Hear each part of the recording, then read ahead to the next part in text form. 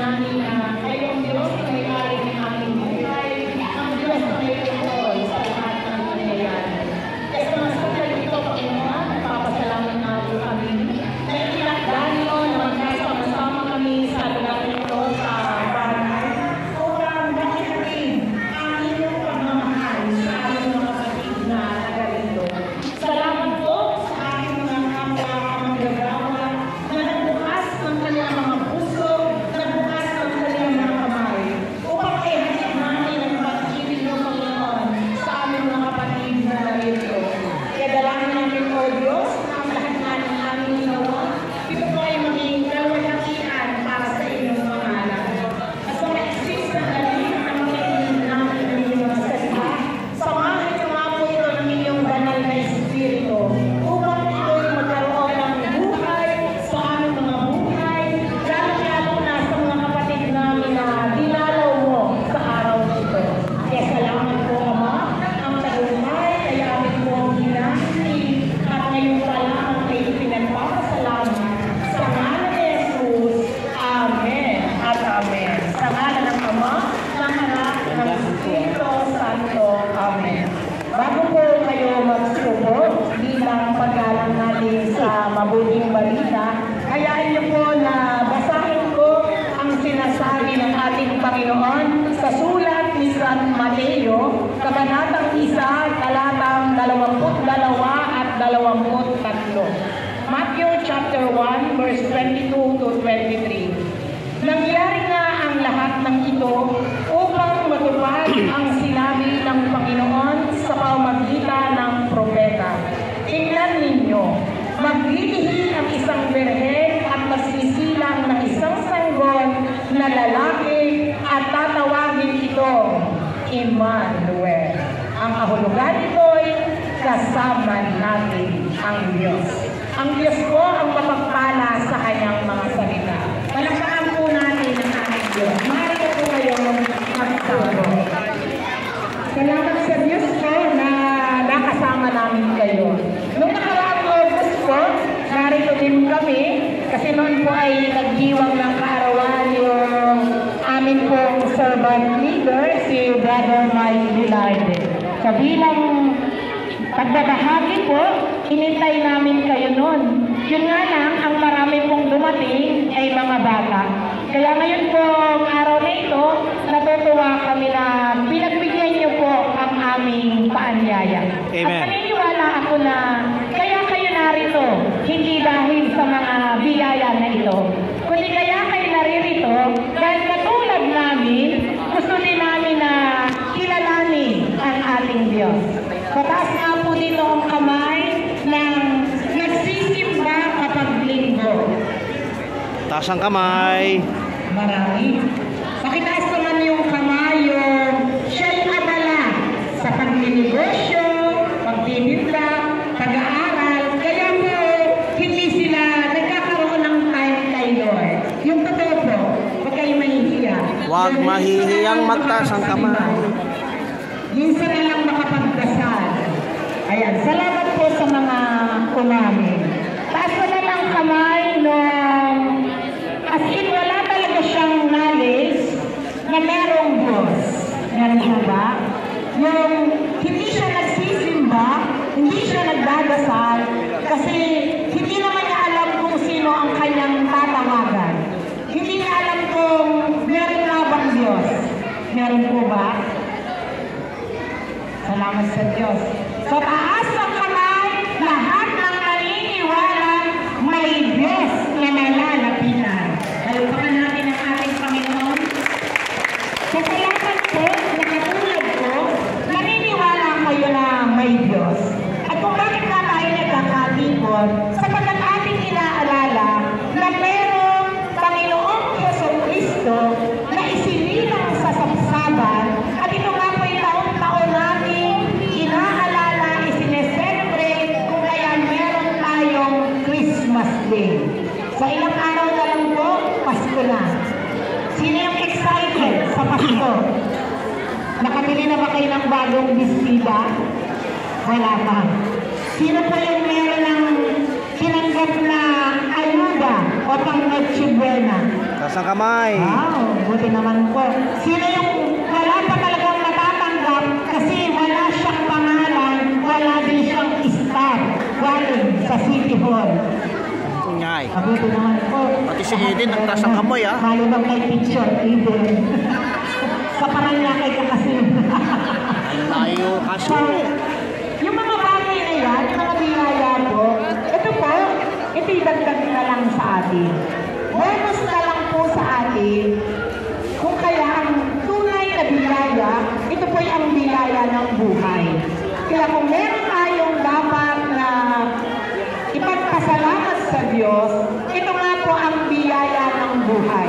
Yung kayo po ay nakaupo dyan, bagamat si tatay, meron ng tungkod, nakaupo kayo dyan, kanina tinitingnan ko po ang mga mukha nyo, lahat naman po tumawa. Tinitingnan ko po kayo, nag-enjoy po ba kayo? O, lahat nagpa-participate, kaya nakakatuwa po. Sa yung mga bagay na yan, napakalaking biyaya po sa atin ng Diyos. At hindi natin ito mararanasan kung hindi talaga may Diyos na gumagabay at kumakanila sa atin. Kaya nga po, sa pagsilang ng ating Panginoong Jesucristo, meron lang po akong 4 na bagay na iiwan sa inyo. Sabi mo sa iyong katabi, handa ka pa ba? Kaway kayo, ha? Kaway kayo. 4 yun. Huwag po kayo mag-alala, 10:30, tapos na po tayo. Hawak nyo nga yung mga blessing pagdating ng 10:30. Kasi hanggang 10:30 lang po tayo. So, ang unang bagay na dapat natin tandaan sa pagsilang ng ating Panginoong Jesucristo, ito po ay tinatawag kong 4 M's. Sino dito ang gusto ng 1 milyon? Taas ang kamay. 2 milyon. 3 milyon. 4 na milyon. Ayan po, 1M, 2M, 3M, 4M. Dahil meron na kayong 4M, pwede na po umuwi. So, ang ibibigay ko po sa inyo ay 4 na bagay, 4 na M, na pag pinaniwalaan niyo po at ginawa natin sa buhay natin, higit pa sa 10 milyon ang kayang gawin nito sa buhay mo. Ay, mga manggagawa natin, mukhang hindi naniwala. Hallelujah. Ano sila maniniwala? Sa sinong naniniwala na ang tatanggapin niya ngayong umagang ito, higit pa sa 5 milyon? Woo! Yung lahat ng maniniwala, magsasabi ng Bible, mapapalad ang mga naniniwala kahit hindi nila nakikita. Kung kaya yung sinasabi ni Sister? Ako po, bilang tao, pwedeng magsinungaling. Pero ang ating Diyos, hindi pwedeng magsinungaling. Kaya ito na, ang unang letter M na pahatid ng Pasko, dapat daw tayo ay marunong magsisi. Sabihin mo rin sa'yo katabi, magsisi ka na. Sagutin mo naman, ikaw din, magsisi na. Magsisi na po ba tayo sa ating mga kasalanan? Kapatid, magpapasko na. Baka magpapasko na, nagtuloy-tuloy pa rin tayo sa paggawa ng kasalanan.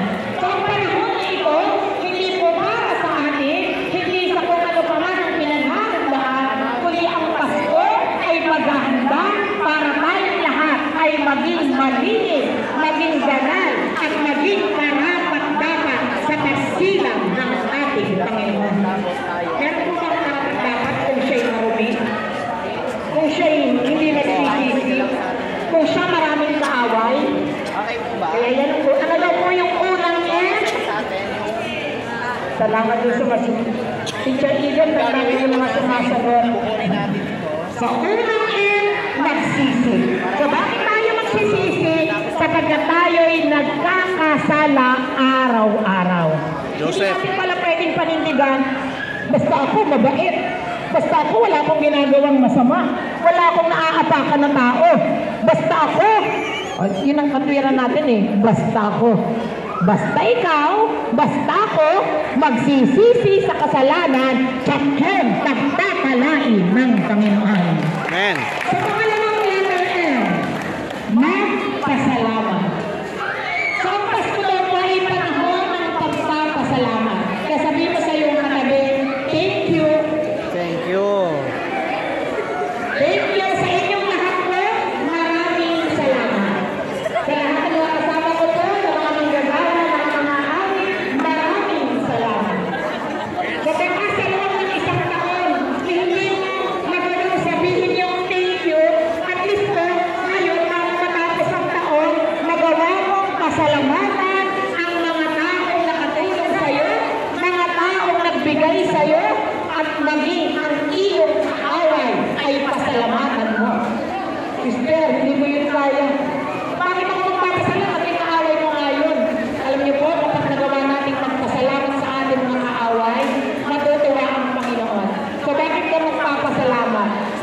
dahil sa Kanya. Naging matatag ka dahil sa Kanya. Natuto ka dahil sa Kanya. Madadagdagan ngayon ang iyong kaibigan dahil hindi mo naman siya papatulan sa pang-aaway sa'yo. Taas ang kamay yung handang magpasalamat sa Diyos at sa tao. Ayan, kita ni Lord. Huwag natin kalimutan magpasalamat. Kung bakit tayo magpasalamat? Kasi ang ating buhay ay utang na loob natin sa Diyos. At ang tao, kung hindi dahil sa Diyos, wala pong magagawa. At dapat tayo magpasalamat sa tao sapagkat walang tao po ang nabubuhay sa Islam. At ako po sa totoo lang, kung meron akong unang kinakaibigan, yung mga kapitbahay namin. Bakit po? Kasi yung family ko po, nasa Batangas, nasa Cavite, so ako lang po, madalas kami lang dito sa Taguig.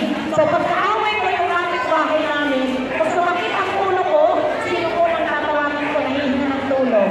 Di ba kapitbahay? Kaya po sa kapitbahay namin, madalas nagpapasalamat. Papasalamatan po natin unang Diyos, pangalawa, ang tao. Amen? Palakpakan po natin ang ating Panginoon.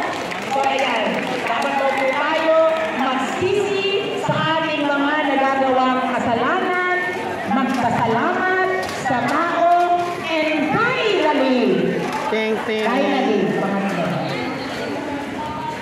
So ang ating daw po gagawin ngayon pong Pasko, katulad ng ginawa ng Panginoong Jesucristo, ibinigay na ang kanyang buhay. Hindi na po ito ipinagkais sa lahat, bagkus ibinigay ang buhay. Kung ang ating Diyos nagawa ng mag-alay ng kanyang buhay para tayo lubusin sa ating mga kasalanan, ang gagawin daw po natin, sorry po, tatlo pa lang pala, sabi ko 4M, di ba? Ang pangatlo, ang gagawin po natin, tayo daw po ay magbahagi. Tanungin mo nga yung katabi. Sabihin mo, kapatid, anong gusto mo? Yung iba hindi nagtanong sa katabi na ngayon, mag-expect daw ng malaki. Kasi nandito ay gusto pagyamanin ang Panginoon. Ayan, wow. Magaganda ng mga youth So alam niyo po ba, ang pagtanggap pala ng biyaya, ipinagmumula sa pagbibigay at pagbabahagi. Madalas tayo, saan tayo masaya? Kapag tumatanggap. Kaya nga po, pagsalangan ng pagtanggap, minsan may mga nag-aaway-away pa. Bakit? Ayaw niyang malamangan. Ayaw niyang yung kanyang kasama, may namang spaghetti na may sauce, yung kanyang kapitbahay ang laman, spaghetti lang, walang sauce. Kasi naiwan ni Sister Mary Jo. Hindi dumating talaga na buntis. So dapat po tayo magbahagi.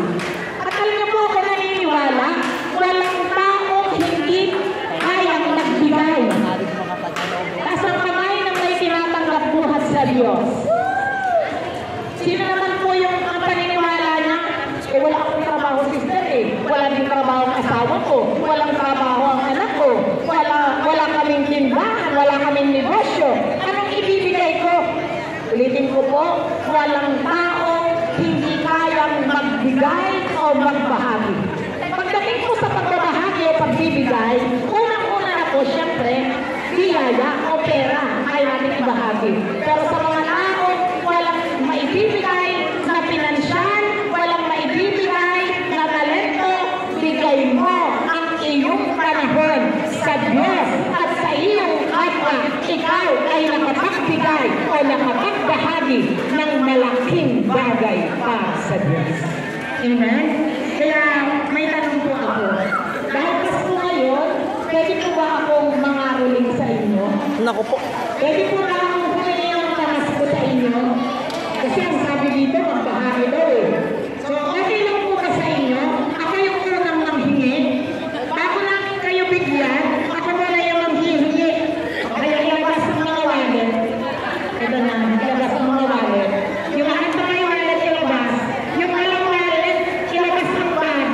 Yung walang pa rin bag, lagyan mo yung iyong bulsa. Naniniwala kayo lahat ng hahawak sa wallet, lahat ng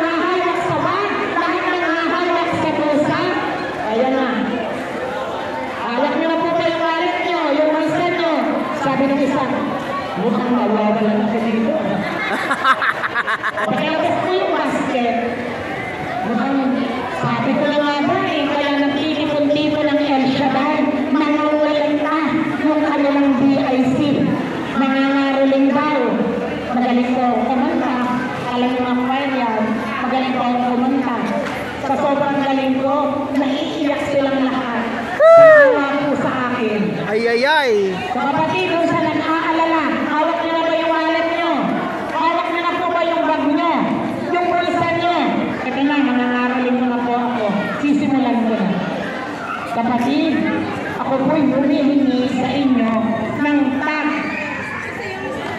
pag-iisang araw sa isang linggo. Ibigay niyo sa Diyos. Dumalo kayo sa gawain ng Panginoon. Amen. Narinig niyo ba yung hinihingi ko? Hindi mag-iisang daan, hindi maglilimang daan. At least po, mag-iisang araw na ilaan niyo para sa Diyos. Ito po isang araw sa isang linggo. Kaya nakikita niyo po ito mga taong ito. Every Friday, ang inyong pong Bible chapter, Holy Rosary. Nakarating na po ba kayo sa Holy Rosary Paris? Every Friday po, may gawain sila dyan. Kaya kita ni Lord, yung gustong Kaway kayo mga taga Holy Rosary. At ang hihingi ko po akin na po, may tamo yan ay mga wallet nyo. Hindi ko po yan babawasan. Dadagdagan pa yan ng mga naririto. Ang hihingi ko alam po, at least isang araw, mula sa January, isang beses sa isang linggo, tag-iisang araw, maglalaan kayo ng panahon sa Diyos. Kung wala ka ng pera, wala ka ng pinansyal na maibahagi, at least makapagbigay ka sa Diyos ng time at si Lord naman kapag natuwa sa iyo, kapag nagbigay ka sa Kanya, ibabalik niya ito. Siksik, nagli, at umaapaw. Kaya every Friday po, gawain sa Holy Rosary, 6 p.m. to 8:30 p.m. At kung kayo na may nalalayuan, malayo ba ng alang-aring lang pag sumakay lugi. Gusto niyo po, medyo malayo-layo, yung hindi kayo lugi sa 13 pesos. Pumunta naman po kayo ng Sagrada Familia, Paris, every Thursday. Alas 7 ng gabi hanggang alas 9 ng gabi. So makakapili po kayo, Holy Rosary, Sagrada, at kung gusto niyo pang medyo mag-explore, gusto ko yung parang nakaano ko na pilgrimage. Meron din po tayo every Wednesday sa atin po St. Joseph Paris sa may Upper Bicutan. Miyerkules mula ika-6 din ng gabi hanggang ika-9 ng gabi. O 3 simbahan na po yan. Kaya imposible na sa loob ng isang linggo wala kayong mapupuntahan. Alam niyo po ito mga nakikita niyo na ito, araw-araw yan nasa gawain. Yung mga nakabayonet na yan, araw-araw yan kumakanta, tumutugtog. At bukod po doon sa mga malalaking simbahan, yun lang po yung malalaking simbahan, yung nabanggit ko. Yung lahat po na yan, may gawain tayo ng Phase 1, Bagong Bayan, every Monday, Gutierrez Compound, every Monday din. Meron din tayo sa Palayan Village, kung saan po kayo malapit. Meron din po tayo sa may Purok 3, New Lower.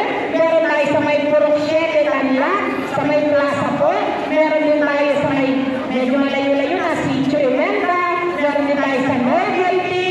Meron pa tayo sa Central Bicutan. Kahit saan po tayo pumunta dito sa Taguig, maraming gawain si Yahweh El Shaddai.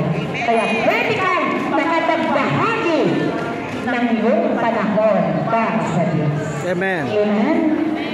So, yun po. Ano yung muna? Letter M? Pangalawa? Pangatlo?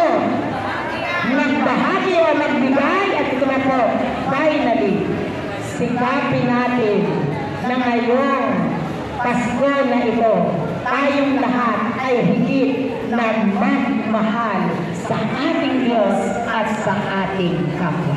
Amen. So, pag sinabing pagmamahal sa Diyos, may panahon lang sa Diyos, binibigyan mo siya ng time na panalangin, pakikinig ng mabuting balita, at pagdalo sa mga lumain, pagbabasa ng Bible, at pagmamahal sa Diyos, pagmamahal sa kapwa. So, hindi na natin pwedeng sabihin na mahal natin ang Diyos kung ang ating kapwa hindi natin kayang mahal. nagkamali. Pakitaas po ang kamay yung ngayong 2025 ay nasaktan. Ano mang paraan ng sakit? Nasaktan ka, nabigo ka, may nang-away sa'yo, meron kang inaway, may nagdamag sa'yo. Nasang kamay yung nasaktan? Nasang kamay? Naiyak siya. Yung nga siyang hindi makalimutan na halos na-trauma siya sa sakit. Kasi lahat unang nasaktan ng kapatid. Baga na tayo nasaktan, wag ka rin nakakalimot na nagmahal, umibig, dahil si Lord ang kanyang sakit na tinanggap. Hindi lang lagay sa krus, hindi lang po koron ang tinig, hindi lang po pag-aalimura, kundi nasaktan siya dahil siya'y namatay sa krus dahil sa pagmamahal sa atin. Kaya I'm sorry to say, pag hindi tayo nagmahal sa Diyos at sa kapwa ang tawag sa atin, walang utang na loob. Mataas ang kamay na may utang na loob sa Diyos. Sa may utang na loob sa Diyos, marunong magmahal. Amen? Kaya maraming salamat po muli sa inyo. God bless po at aasahan po namin na dito mismo sa lugar na ito, tayo po'y magkakasama-sama sa gawain ni Yahweh El Shaddai at makasama din namin kayo sa iba pang mga gawain po dito sa Taguig o meron din tayong Pateros hanggang Pasig. God bless po sa inyong lahat. Tayo na po ay tumayo at tayo minsan pang aawitan ng ating mga kapatid. Na tayo magmahalan kahit hindi Pasko.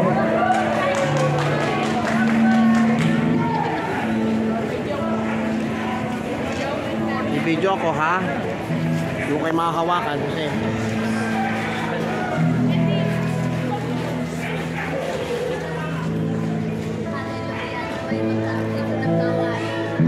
Ako coordinator.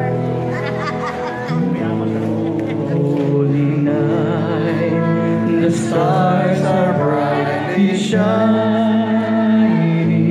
It is the night of our dear Savior's birth.